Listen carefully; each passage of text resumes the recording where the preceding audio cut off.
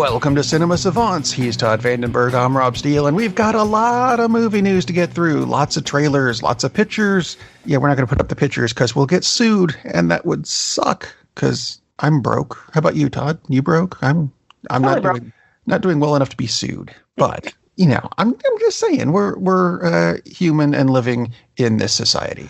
Then there's the excruciatingly rich, which is where we're starting this week because March 20th, this Wednesday, is Hump Day. But it's also finally getting over the hump in that Disney finally officially acquires 20th or 21st Century Fox. There's finally a date on it. It's Wednesday. Which is crazy that it's because all along they've been talking about June.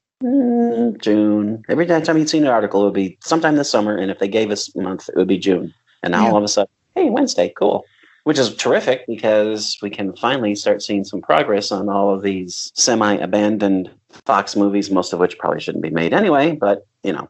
I'm still looking forward to the Gambit movie, he says through clenched teeth in such a bold-faced lie. Oh, my God, yes. Please derail that. But we'll see what happens. Yeah. But, you know, got to start somewhere, and that seems to be it. Although one of the last 20th or 21st century, they keep waffling on that. Yeah, they're silly. Not that it matters anymore. No. Disney is going to be releasing, I guess, for the 40th anniversary of the original Alien movie, some shorts. And I don't mean the kind you wear. That would be weird. There's a trailer for a series of 6 short films based on Alien that were apparently fan created, or at least fan written. But yeah, they're all they're like the original Alien movie. I don't know that they're necessarily sci-fi. They're horror movies in a sci-fi setting. Ah, beautiful.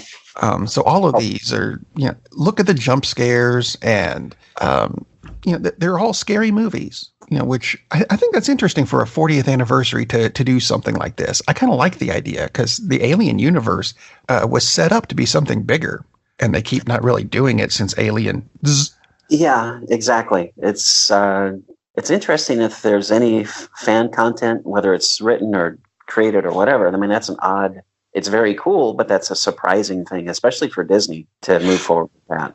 Well, it was Fox that put it together, but yeah, Disney, you know, since it's coming out after Wednesday. Yeah, I mean, it's surprising that Disney is going ahead with it, but very, very cool. And totally agree with you as far as the Aliens universe, how they've repeatedly, I don't know if they've actually dropped the ball, but they haven't exactly scored touchdowns ever since Aliens. I mean, and some pretty big misses here and there, Covenant, but cool. It's like the Buffalo Bills. They were really good for a little while around when Aliens came out, and since then, not much. Sorry, that was an analogy that's one of my friends brought up this week, and I went, you know, that actually kind of works. Totally works. Totally works. 4 times to the Super Bowl, no ring. It's impressive that they got there 4 times in a row, though. That's all I'm saying. But yeah, I think the main reason Disney's putting this out is because they're finished. You know, there's no more that needs to be done with this. They're coming out. Oh, my apologies. They're actually starting to come out Tuesday, which is the day before the official takeover. They're coming out on IGN, which is a YouTube channel. They're supposed to be coming out one a week until May 3rd, I think. Cool. So, yeah. And they actually look like the first Alien movie, which is not a bad thing. No, that's a terrific thing. And seeing as that's what they're supposed to look like, well done.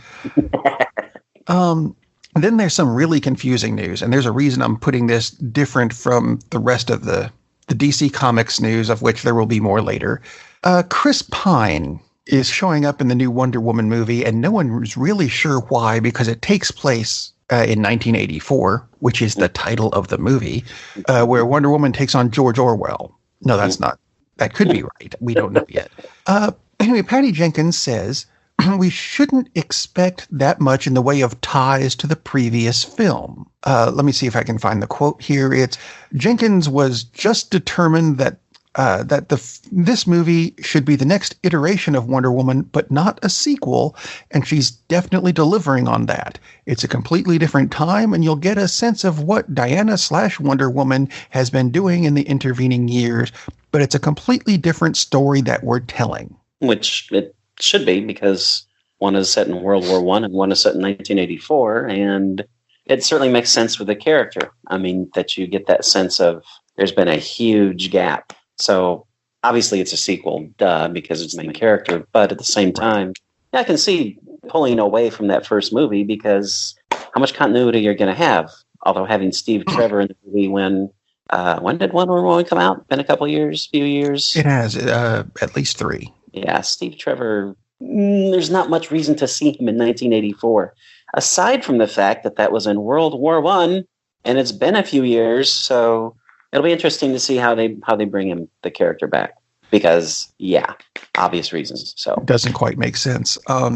They said that they wanted to, this installment, which I'm like, really, an installment, avoids sequel trappings and is a standalone film in the same way Indiana Jones or Bond films are, instead of one continuous story that requires many installments. Which makes perfect sense.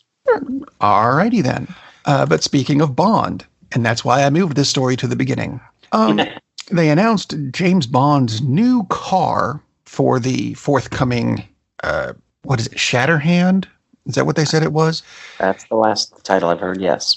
Anyway, they said he's going to be driving the Aston Martin Rapide E, of which there were only going to be 155 made, and apparently Bond is going to get at least one of them, unless he completely wrecks it like he did in the first movie.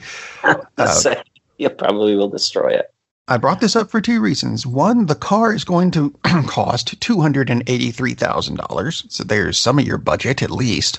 And also, and this is a first for Bond films, the Aston Martin Rapide E, that E stands for electric. Bond is going to be driving an electric. I'm not sure if this is quite a supercar. It's at least it's an Aston Martin. It's not going to be slow. I was going to say an Aston Martin. Yeah, it's probably going to be a little faster off the blocks than a Yugo.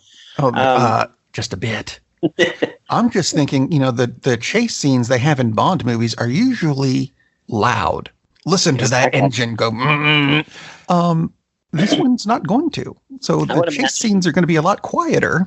Yeah, I would imagine they would play on that. Hopefully they would. The fact that you'd be able to sneak up on the villains at about 180 miles an hour with no problem. Exactly. And this car will do that, by the way. This is not... What was the one that Top Gear always made? The G-Whiz.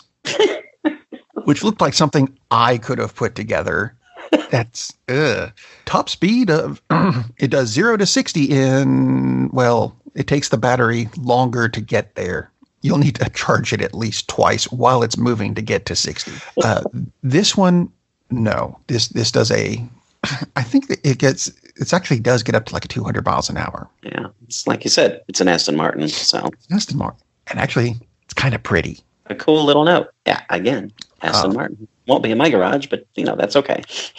Yeah, there's too much crap in my garage. If someone wants to come take all of my wife's old clothes, because I'd like to get rid of them, I'm just saying. Speaking of women in clothes, I guess, I don't know. That's not much of a segue. The Captain Marvel film. Yes. That's one of the worst segues I've ever done. Yes, that's why I'm laughing. Go ahead. Captain Marvel, I think, beat the expectations they had for it. Yeah. Because they said they were expecting, They were expecting 80 million, and they got 80, almost 90 just in China. Right. So I was working on a chart for which eventually I'll put up for all the superhero films of DC and Marvel. And the early talk was that they were projecting like 80 or 90 million opening weekend here. And then, of course, it got bumped up and bumped up and bumped up, and it wound up doing 155 or 156. And like you said, the projections for overseas, even just a few days before the overseas release, was 200 million and wound up doing 300 million overseas. 302 for a total of 455 worldwide. Which is crazy. And now... just behind the Avengers Infinity War at 630 million. Yep. And now it's over 600. Oh, yeah. Because that was just the opening weekend. So Yeah, good thing those internet trolls managed to keep people away from the movie. Yeah. Yeah. And it's a good film. So yes, I think we both recommend it. Yeah, very good film. So I put it about in the middle of the Marvel pantheon, and again, like we were saying, that's a really high bar. So not my favorite Marvel film, but definitely very good, very entertaining, and glad that people ignored the hurt little fanboys and actually went to see an excellent story about a female hero who kicks a lot of. And not the only place she showed up this week, because there was a new Avengers Endgame trailer, which she is in very, very briefly, but she's in it. She's there. I'll get to that in just a minute. I want to get to the big controversy that came out of it, though, because they released the trailer and the movie poster. Right. But there was a bit of they're going to call it an omission, because the character of General Okoye she's on the poster, but they kind of left, and I'm going to mispronounce her name. Can you pronounce her name? Because I can't. I also have difficulty with her name. Okay, Danae Guerrera. Ma'am, I do apologize for butchering your name. I don't mean to. Yes, we all know who she is. Hopefully, we all know who she is. You know who I'm talking about. She's awesome. She really is. But they left her name off the line of actors in the movie poster. And a lot of people went, "You left somebody out. Shame on you, Marvel." And I think it was like an hour later, they went, Photoshop. Beep. Oh, look, it's there. Yeah. I honestly don't know how they managed to do that. I mean, when she's on the poster, why would you not put her name on there? Zero freaking sense. I mean, I could see if they didn't put the character on the poster because it's kind of a crowded universe as it is, it would be a bad choice. But I could see that. But when you have her there and not her name, it's like, really? Your quality control is surely someone would at least count the names, count the faces. Oh, they match. We're good. Really weird. See, I actually think there's a bit more to this poster than people are letting on, though, or than Marvel's letting us know. Yes. Because did you notice that? And I haven't seen anything about this anywhere. This is the first time, to my knowledge, this is being brought out to a public forum. It's a first for our show. Woo. Did you notice that everyone in the poster, including Thanos, is looking to the left, except Thor and Okoye, who are looking to the right? I'm thinking they know something that no one else in this movie knows. Because Banner, who is pretty much dead center in this, his face is pointing toward the right, but his eyes are looking left. Everyone is facing one direction except those two characters. Interesting. I think there's going to be something to that. I noticed. And I don't really know where to put this other bit, because I want to put it in before we get to all the trailers, because I'll just lump all the trailers together in the show, because that seems to be a thing. The only other big piece of Marvel news I think we had this week was concerning Guardians of the Galaxy 3. Yes. Where James Gunn is back, which I think is going to make a lot of people happy, but it's also confused a lot of people because of, the big deal made about, oh, look what he did a long time ago. Look at these horrible things he said in jest. Right. But they changed their mind and brought him back. And I could not help thinking, and I don't know, Todd, if you're familiar with the British comedian Jimmy Carr. I've heard the name. Okay. I actually think he's funny, but I also am fully aware that he is quite possibly the most offensive comedian on the planet. I need to watch him more often. But anyway.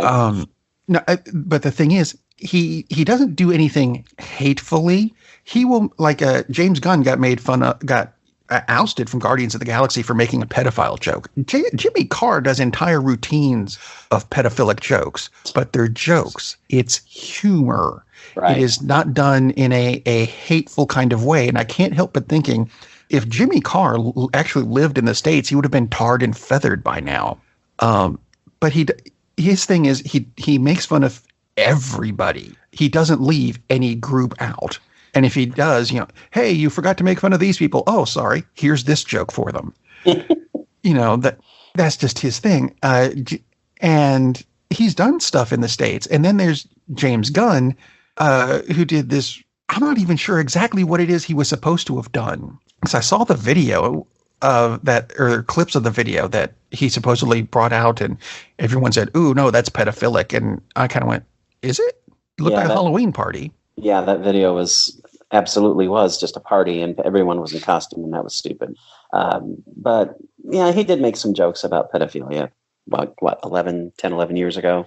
And when we were talking about this before, Lee, who of course isn't with us today either, and you had both said that you felt Disney was overreacting, and I said, well, I can kind of, I can kind of see their point. I think it's stupid, but I can see their point because it's going to upset a lot of their clientele because it's Disney, and if it had been another studio, they probably would have had another reaction.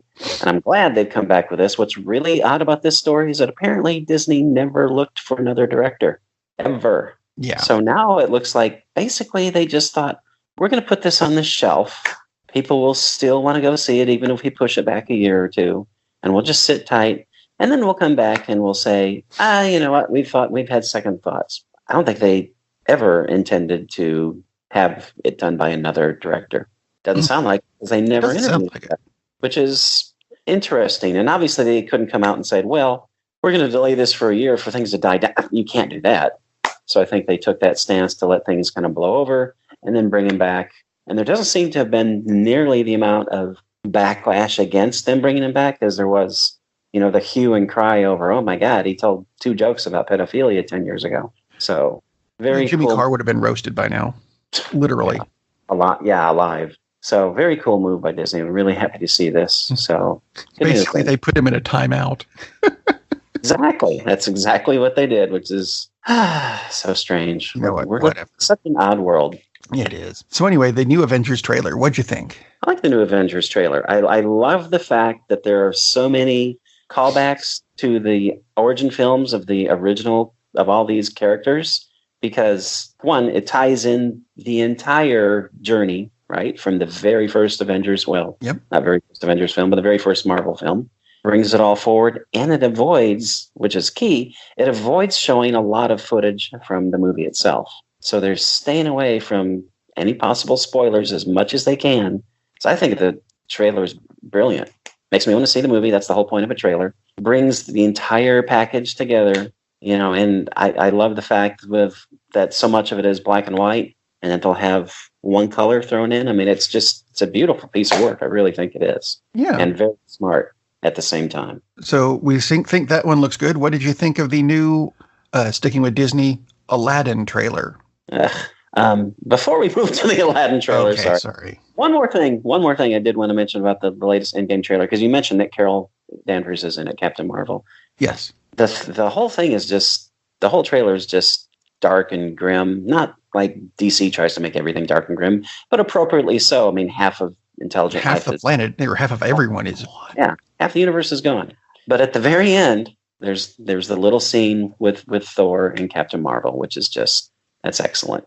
I approved of that scene. Yeah, that's just great, because it gives you this little note at the end of the trailer, and it would just to let you know, hey, this is still a Marvel movie, so you're still going to have some moments where it's like, what the hell? This is so crazy. So a fun little bit. Anyway, as for Aladdin, I think it looks better than the teaser they gave us, but that's not saying much. Yeah, the only thing that has me remotely interested in this movie, is that, and I've only seen this reported in one place. I can't remember where it was, or I give them credit. But apparently there's a hip-hop vibe to this, which could be an absolute freaking train wreck, obviously. Yeah. Or brilliant. If that's true, at least they're doing something different with it other than just remaking the damn movie, which I wish they would stop this. I mean, I like the Beauty and the Beast live action thing, but it's still not as good as the animated version. So I'm sick of this. Oh, let's make more money just by retelling the same damn story the same way. It's like, yeah, I get it. It's a whole new generation to watch it. Just re-release the original one that was excellent. I mean, if you screwed up the original one somehow, yeah, definitely work at it. Make a new version. But I really have zero interest in watching the live action Aladdin. I have zero interest in watching the live action Lion King. On and on. But Alan Tiddick is playing Iago in this version. Yeah. Or Tiddick. How the hell do you pronounce his name? I just say Alan. Alan. Like the dinosaur in Jurassic Park 3? Yeah, I'll watch it when it's streaming free. Yeah. I really don't care. Sorry, I Disney. can't bring myself to care about, or this next one, Jumanji 3, or Welcome to the Jungle 2, whatever you want to call it. They released a picture of the characters who are going to be in this movie, and guess what?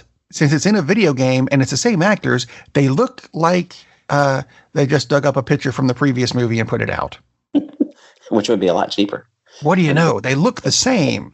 Wow. They did put out an interesting note, though, that in case you didn't see Welcome to the Jungle, it's now a video game, not a board game. And the 4 main characters got zapped into the video game, kind of Tron-ish, and yet not as good.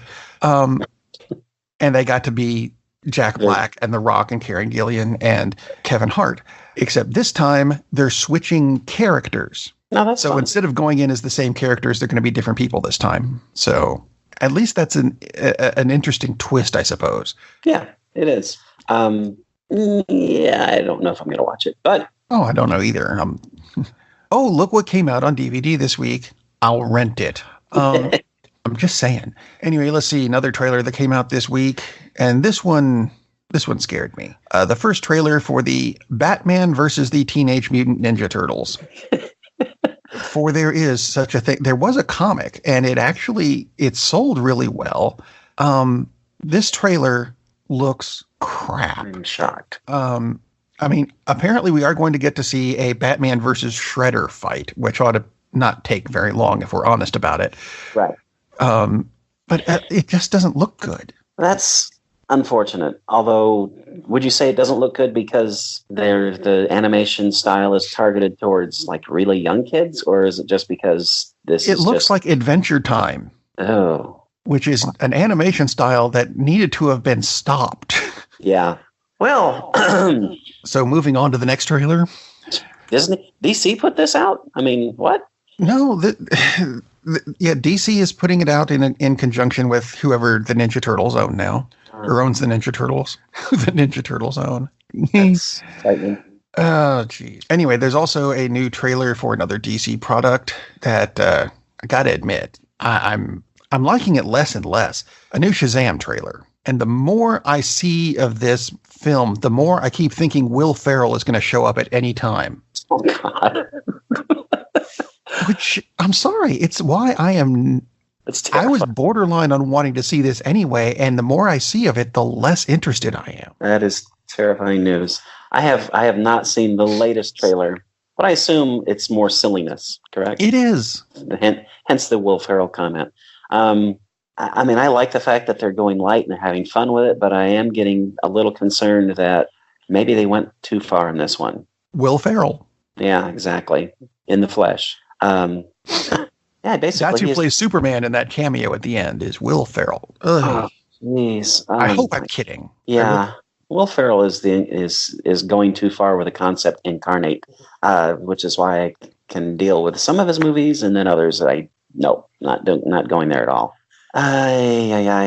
Well, let's hope that they're skewing the trailers towards the comedic aspect, and which happens a lot in movies. And then you go to see the movie, and it's like, oh, it's actually kind of a different film. So, which will just piss off people who think it's a broad comedy. And then if it turns out not to be, why did you sell it to me this way? I hate when See, I'm really annoyed because Mark Strong is the bad guy in this, which would make the second DC movie he's been the bad guy in. And he is cool. He would make an awesome bad guy in a movie, and they keep putting him in these crap movies. I don't know. Maybe he'll get his chance with Marvel someday. That would be nice. I'd like that. Oh, but speaking of Shazam, do you remember the 1970s TV series? I know I've just lost a lot of the listeners right now who are going, there was a TV series in the 70s. I didn't think TV was invented in the 70s. In the 70s? I vaguely remember the TV show from when I was like 6. Anyway. Happily recall it.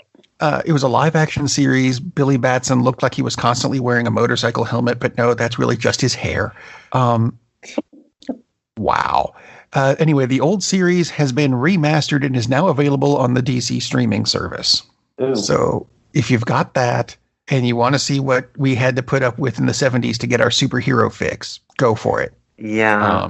70s were Terrible time for stuff like that. Electra Woman and Dyna Girl. All right. Captain America movie. Wow. The really old one. Yeah. Yeah. But anyway, moving on to two more bits of DC news. One of them doesn't make a lot of sense. They announced this week that Flash, the movie starring Ezra Miller, is going to start filming in November.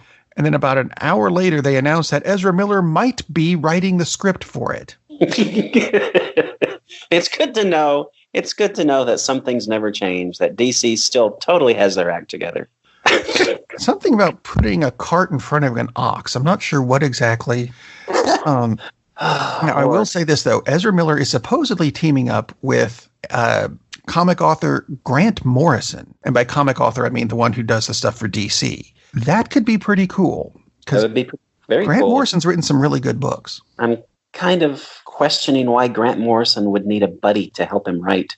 Well, I mean, it's the guy who's starring in the movie. And so, Well, does he have... I mean, this is DC in a nutshell. It's like the guy is invested in the character, so he wants to help. Do we have any hint that he has any capability as a writer whatsoever? I mean, and maybe he does, and maybe this will be terrific. But we're going to start filming in November. Oh, and maybe Ezra Miller will be working on the script. It's like, didn't they write movies before they came up with dates? We're halfway through March. It's like, so you're going to slap this script together, go through. Wow, believable. Well, actually, not unbelievable, perfectly believable, because it's freaking Warner's and DC. Yeah. Actually, moving on to something that they have been kind of doing right, I think, and I'm hoping I'm pronouncing this right. S.A. Morales, formerly of NYPD Blue and Ozark and Caprica and probably a lot of other things, is going to be playing Deathstroke in the upcoming Titans Season 2. And they're totally doing that one right. I don't really like the series, but bringing him in, that's awesome. He's a terrific actor. Love him. Ever since La Bamba, which is a pretty old movie at this point. Oh, damn, you're going to have that song stuck in my head for another week. Yes. Anyway, yeah, he's terrific. And Deathstroke's a great character. I mean, that's how we got Arrow to go as long as we did. Yeah. So that's I like that. I may actually slog through Titans just to get to the end of this season so I can start watching it for him. So that's very speaking of the streaming services, where the DC one where Titans are available, the Disney streaming service has another Marvel series planned, and I think this one's kind of interesting. It's not going to be technically part of the Marvel Cinematic Universe canon because it's a what if series. Yeah, I love this. If you're not familiar with the books, What If was basically this storyline, you know this. Yes, it went this way. What if this character way back here did this? How would things have changed? Yep. Like what if one of my favorite ones was what if Wolverine became an agent of S.H.I.E.L.D. instead of one of the X-Men? That's a cool one. That was good. I liked that. What's funny is that they've revisited at least two of these concepts and turned them into huge story arcs, because one of them was what if Gwen Stacy had been bitten by the spider, and of course it was Spider-Gwen. What if Jane had found the hammer of Thor, and of course Jane became Thor. So it's a really cool concept. The comics were really interesting, but the fact that they're going to do these on the service is like, I mean, that's another big plus for saying, okay, I'll shelve this over. That's 2 less Starbucks a month. So, I mean, because that's eventually, or maybe 1 less trip to Starbucks a month, which is nothing. So totally going to be worth it. I think it will be. See other Marvel news, 2 other bits. Another acclaimed. They keep saying everyone's acclaimed. We need to come up with buy a thesaurus. Get another word. Director Destin Daniel Cretton. I hope it's Cretton. It could be Cretan. I don't know. Has been set to helm the Shang-Chi movie for Marvel. Yes, which I think is going to be interesting. Although they've updated the character since I knew about him back in the 70s. I stopped paying attention. Apparently now he can duplicate himself, which I thought was really I didn't know weird. that. That's kind of strange. I mean, bringing in that particular power, was it Multiple Man or? Yeah, Multiple Man's made sense, kind of in a strange mutant X-Men kind of way. Right. Shang-Chi doesn't, unless it's like some cheap projection or something. I can kind of see that aspect to it. But I imagine he's no longer going to be the son of Fu Manchu either. So Probably not. yeah, I think they'll make some changes. I'm, again, because it's Marvel, really, really looking forward to this because really no missteps so far. I mean, there have been some that have just been, well, that was pretty good. And when that's the low bar, you have every reason to have high expectations for the next big thing they come out with. So very, very cool. And I think this is going to make a lot of people happy. Kevin Feige has said nothing about it because he's probably not allowed to yet. But filmmaker Scott Derrickson, who's working on the sequel to Doctor Strange, posted something on Twitter this week involving the Submariner. So, we might actually be getting... and now, apparently, the Submariner's rights are kind of like Hulk's in that they're tied up with a company that doesn't want to do anything with it as far as a standalone movie. Yeah. But Doctor Strange's character may be doing an underwater thing in the next movie, and that's how we could end up getting Namor, the Submariner, into the Marvel Cinematic Universe, like a lot of people have wanted. Which would be very, very cool. I mean, he's one of the big...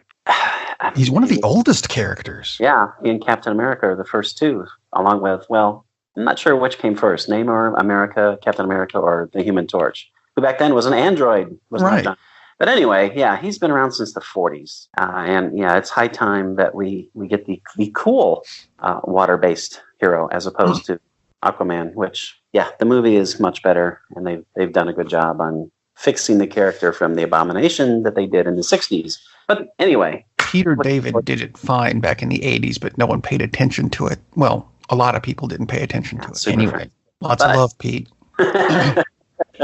Anyway, while we're underwater, this other film popped up this week that's apparently based on author Howard A. Rodman's new novel, The Great Eastern, which I'll admit I've not heard of.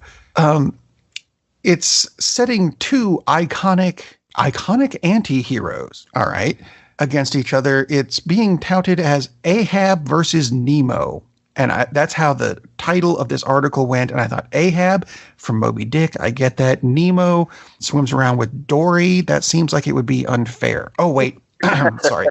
That would be rather unfair. Captain Nemo of 20,000 Leagues Under the Sea. Got it.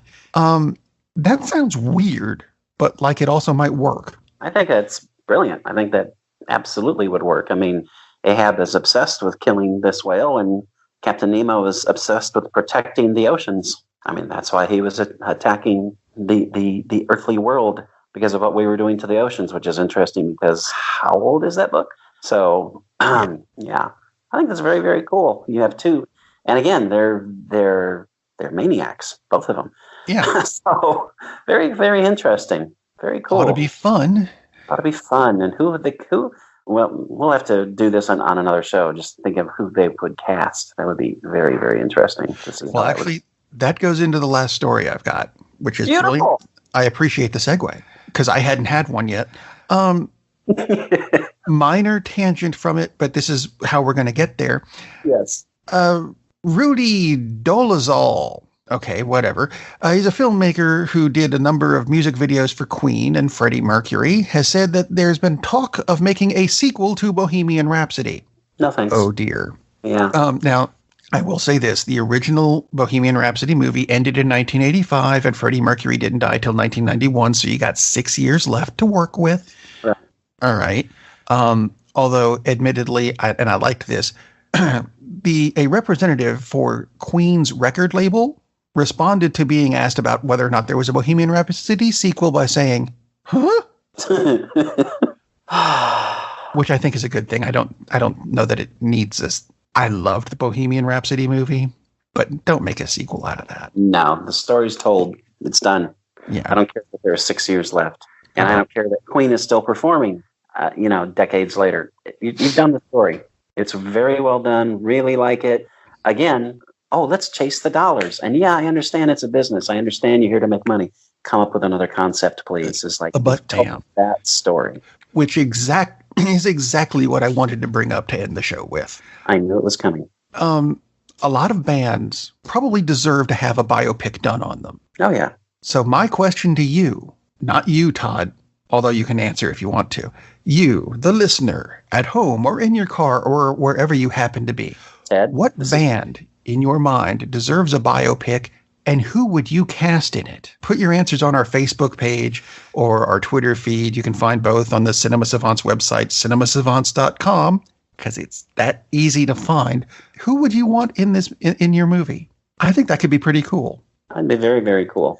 Do you have thoughts, sir? I have two that came to me pretty quickly. I wouldn't. Not for casting, because it's too early for that. Yeah, casting, not a clue. Yeah, exactly. I mean, because it's me and I'm a big Rush fan. He says, knowing that there's not going to be any trivia contest I can win. That's a different story. I'll explain that someday. There actually is a Rush biopic where Rush themselves are actually in it, using footage of them back then when they filmed the band, got the band together and everything. So I don't think we need one. Oh, but I still think it would be really interesting. It would be interesting to see, but at the same time, we kind of already have that using actual footage. So, and the band themselves are narrating it. Oh. It's not going to get much better than that. I was thinking possibly a Nine Inch Nails one. That would be interesting. To me, one of the problems with going with a band that's still around, and one of the bands I'm going to mention is still around, so that kind of goes against what I'm saying. Yeah. But the story isn't done yet for that group. So now you can make a sequel out of it. Yeah, you can make a sequel out of it. So there you go. And of course, Elton John is still performing, but whatever. First thing I thought of was the Beatles, and I thought, no, it's kind of been done in tangential ways, and they would just screw it up. So I don't really want to see that. I would like to see the Stones, though. I think the Stones would be a terrific story. And yes, they are actually, still. Now that you mentioned it, it just occurred to me, they haven't done the Stones, have they? Now there have been 3 documentary films about them at least, and and a lot of behind the scenes stuff and backstage stuff, blah blah blah blah blah. But I still think that'd be a really compelling story as Bohemian Rhapsody was. I mean, you could have footage all you want of Queen performing live, and then we might have some backstage stuff, but you're still not going to get the story from that you did in Bohemian Rhapsody. So I think the Stones would be a great story. And the other one I thought of, because of the crazy dysfunction, which, that kind of goes with rock bands, doesn't it, would be Cream. I would love to see that. That would be terrific. Actually, yeah, that would work. And again, no clue on the casting, because you've got some really iconic performers in Nine Inch Nails, in Rush, the Stones, Cream. I mean, it's just, do you go for, maybe look for musicians who can act? Do you look for there's a lot to work with there. Yeah. There's a lot of variabilities, but. And again, who do you want to see? Let us know. Contact us on Facebook and Twitter. I think I've got an email up on the website. Let us know. In the meantime, get out and go see a movie. Captain, we're losing power in the warp engines. I think we should be leaving now. I'm going to go home and sleep with my wife. And on that unusually harmonious bombshell, it is time to end. I am very disappointed! Man, we have a weird job. It's shameful, but, it's a living.